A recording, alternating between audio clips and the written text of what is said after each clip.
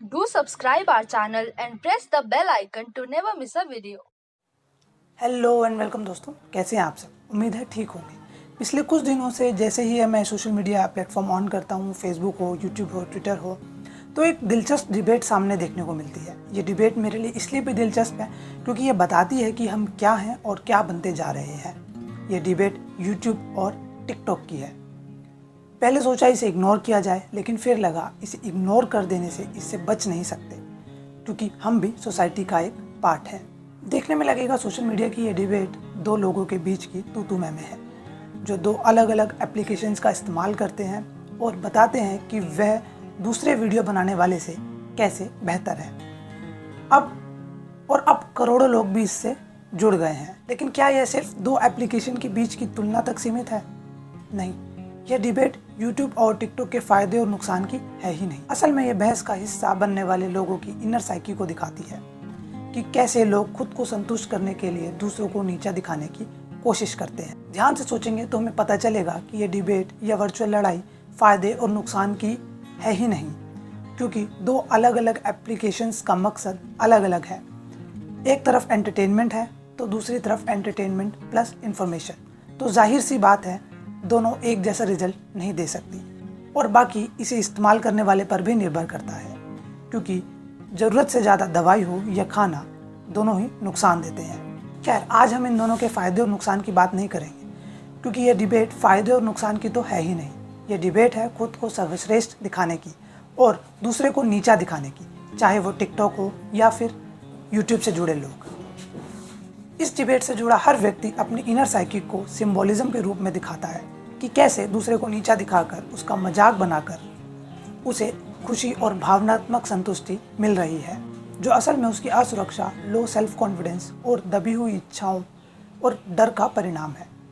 तो आइए जानते हैं मनोवैज्ञानिक दृष्टि से कि क्यों लोगों को दूसरों को नीचा दिखाकर, उनकी आलोचना करके एक खुशी मिलती है, संतुष्टि मिलती है, और क्यों हम ऐसे कंटेंट को एंजॉय करते हैं। Use of defence mechanism. Sigmund Freud दुनिया के एक महान मनोचिकित्सक थे। उन्होंने अपनी एक रिसर्च में बताया कि लोग खुद को अनप्लेजेंट फीलिंग, एक्शन और थॉट से बचाने के लिए अनकॉन्शियस स्ट्रेटजी का उपयोग करते हैं। उन्होंने इसे डिफेंस मैकेनिज्म का नाम दिया। इसे हम अपनी ज़िंदगी में बहुत बार इस्तेमाल करते हैं। जैसे जब हम किसी चीज़ को पाने की इच्छा रखते हैं और उसे पाने के लिए बहुत ट्राई करते हैं, अपना पूरा 100% दे देते हैं, लेकिन फिर भी हमें वो चीज़ नहीं मिल पाती, तो हम खुद से ये कहकर संतुष्ट हो जाते हैं कि वह चीज़ बेकार है, हमारे लिए बनी ही नहीं। यह एक तरह की आत्मरक्षा का तरीका है ताकि लोग हमारे प्रति तिरस्कार की भावना ना लाएं। इसे आप प्रेजेंट एग्जाम्पल के जरिए समझ सकते हैं। जैसे मैं यूट्यूब और टिकटॉक पर वीडियो बनाना चाहता हूँ, लेकिन झिझक के कारण नहीं बना पाता हूँ, तो ऐसे में कई तरह के तर्क देकर अपने आप को जस्टिफाई करने लगता हूँ और इन प्लेटफॉर्म की कमियों पर ज़्यादा फोकस करने लगता हूँ। The need of feeling superior to other. जब हम खुद से बेहतर महसूस करना चाहते हैं या दिखना चाहते हैं, तो हम दूसरों की बुराइयों पर फोकस करने लगते हैं ताकि हम बेहतर दिखें, पावरफुल दिखें। लेकिन असल में यह हमारे मन में रचा एक मनोवैज्ञानिक तंत्र है जो हमने खुद ही सच्चाई से बचने के लिए विकसित किया है, ताकि हमारी सेल्फ वर्थ बनी रहे। यह हमारे अंदर तुलना की भावना को जन्म देती है कि हम तुमसे बेहतर हैं। लो सेल्फ स्टीम और फियर ऑफ इनसिक्योरिटी। जब हमें अपने ऊपर विश्वास नहीं होता तो असुरक्षा का डर पैदा होता है। ऐसे में हम दूसरों की कमियां देखकर या उनका मजाक उड़ाकर अपने डर को दूर करने की कोशिश करते हैं ताकि भावनात्मक रूप से हम मजबूत बने रहें। लेकिन यह असुरक्षा हमें न दूसरों की अच्छाई देखने देती है और अपनी कमियां तो दिखाई ही नहीं देती। ऐसे में हम दूसरे की हार से संतुष्ट होने लगते हैं। जैसे मुझसे गाना नहीं गाया जाता, मुझे शर्म आती है, तो ऐसे में मैं जो गाना गा रहे हैं या गाना गाने की कोशिश कर रहे हैं, उनकी कमियां निकालने लगता हूँ ताकि मैं अपने अंदर छुपे, अपने मन में छुपे डर को तर्क देकर उससे बच सकूँ। यही कारण है कि सोशल मीडिया पर लोगों को वही कंटेंट ज़्यादा पसंद आता है जिसमें लोगों को रोस्ट किया गया हो या उनकी कमियां बताई गई हो। Feeling of jealousy. दूसरे से जलने की भावना भी तभी पैदा होती है जब हमारे अंदर डर की भावना होती है। डर दूसरों से कम पाने का, डर उनसे पिछड़े जाने का, डर उनके बढ़ने का, डर खुद से कुछ ना करने का।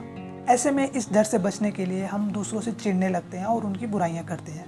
यह भावना हमारी सोसाइटी द्वारा लोगों से कंपैरिजन करके हमारे बचपन में ही प्रोग्राम करने की कोशिश की जाती है। ऐसे में हम अपने दोस्तों या अपने आसपास के लोगों की कामयाबी को एंजॉय नहीं कर पाते, उनसे जलते हैं, क्योंकि हमें अचेतन रूप से लगता है कि उनके बढ़ने से हमारी सेल्फ वर्थ घट जाएगी।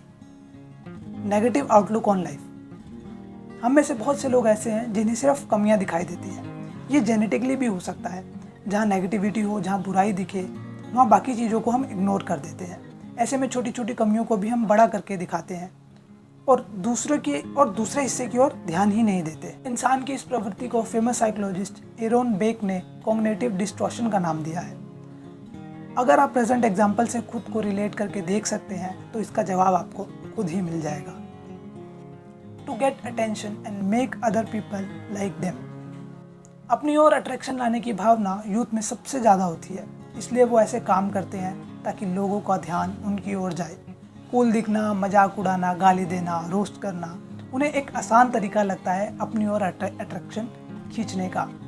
यूट्यूब वीडियो देखते हुए कमेंट्स को साथ में पढ़ना, यह सोचते हुए कि वाकई लोग भी वही सोच रहे हैं जो मैं सोच रहा हूँ, दिखाता है कि सोशल अप्रूवल की भावना प्रोग्राम है। यह अटेंशन सीकर बिहेवियर आपको इस केस में लोगों के व्हाट्सएप स्टेटस में दिखाई दिया होगा। हो सकता है आपने भी इस बहती गंगा में हाथ धो लिया हो, बेशक आपका इस मुद्दे से कोई लेना देना ना हो। Unwilling to listen to an opposing point of view. आमतौर पर ज़्यादातर लोग ऐसी चीज़ों से बचना चाहते हैं जो उनके विचारों से टकराती है, जो वो सुनना नहीं चाहते और जो उन्हें लगता है कि यह ठीक नहीं है। इसे फेमस साइकोलॉजिस्ट लियोन फेस्टिंगर ने कॉग्निटिव डिसोनेंस का नाम दिया है। इसलिए एक्सट्रोवर्ट पर्सनैलिटी के लोग खुलकर आलोचना का तरीका अपनाते हैं और यही तू मैं को दो पक्षों में बांट देते हैं। ये सोच पूरी तरह से पर्सनल होती है और जहाँ फैक्ट का अभाव होता है, इसलिए कोई कंक्लूजन नहीं निकल पाता। दोस्तों, यह ध्यान देने वाली बात है कि इनमें से ज़्यादातर कारणों में हम खुद भी अनजान रहते हैं, क्योंकि यह अनकॉन्शियसली रूप से होता है।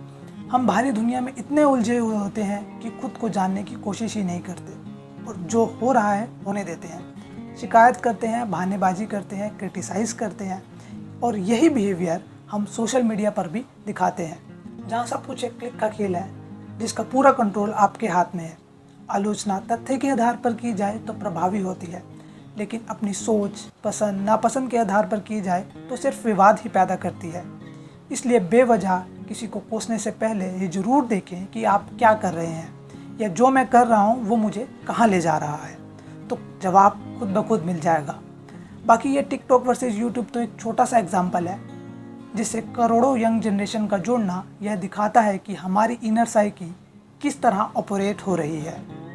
उम्मीद है दोस्तों आपको ये वीडियो पसंद आई होगी। इसे लाइक करें, सब्सक्राइब करें और शेयर ज़रूर करें ताकि हमें ऐसी वीडियोस बनाने का मोटिवेशन मिलता रहे। Thank you.